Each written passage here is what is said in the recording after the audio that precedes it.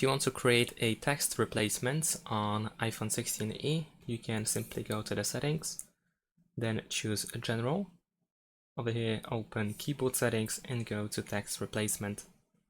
Now here we have an example text replacement, but of course we can press this plus button in the top right corner in order to create a phrase. So in the phrase we use the full phrase that we want to use and the shortcut below.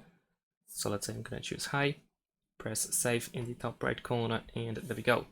And now as an example, if I try to type hi, I will have this hello shortcut highlighted, which is of course the one that I just created.